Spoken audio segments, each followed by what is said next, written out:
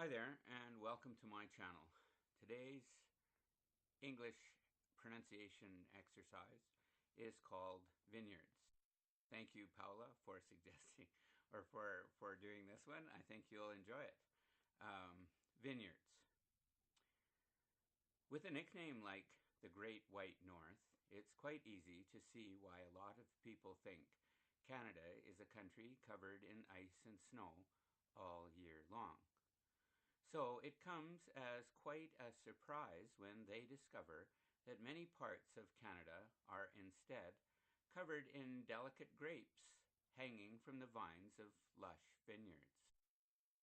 A vineyard is a large area of land reserved for the cultivation of grapes. This type of specialty fruit farming is called viticulture. Grapes are edible, pulpy, smooth-skinned fruits that grow in clusters on woody climbing vines. Long, parallel lines of grapevines are planted in areas where the soil is fertile and the weather is mild. The primary reason for planting vineyards has traditionally been for the making of wine. Yet, in thousands of vineyards, the grapevines are cultivated to provide fresh grapes for eating, grape juice for drinking, and dried grapes for raisins. References to grapes and vineyards can be traced back to the Bible and to early Greek mythology. It is also suspected that early European explorers made wine from wild grapes found across North America. The first mention of grapevines in Canada, however, was made by French explorer Jacques Cartier in 1535. Upon arriving in Canada from France, Cartier discovered an island below what is now Quebec, covered in wild grapes. He named it Île de Bacchus, after Bacchus, Greek god of wine. Although the vineyards of many European countries were well known for the quality of their grapes, the first wave of European settlers in Canada planted few grapevines. Instead, they had to concentrate on the planting and harvesting of food crops like grain and vegetables.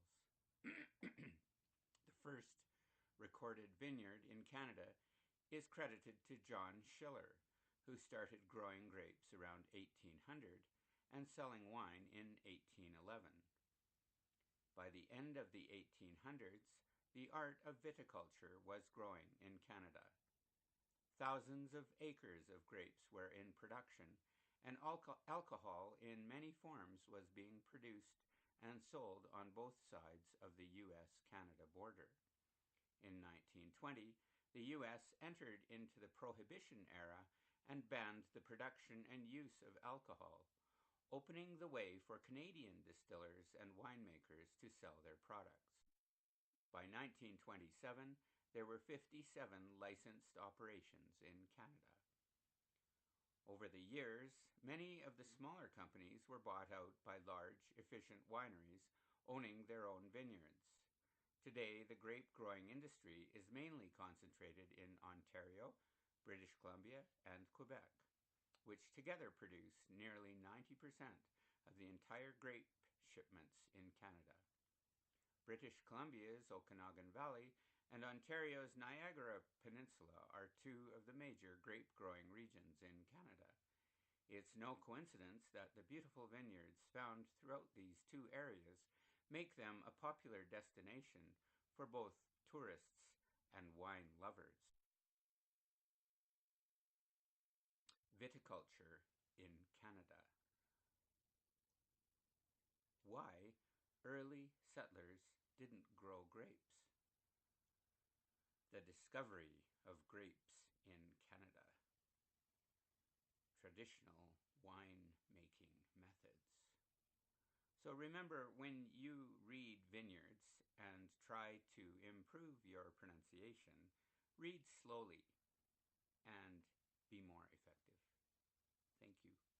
Have a good day. Bye for now.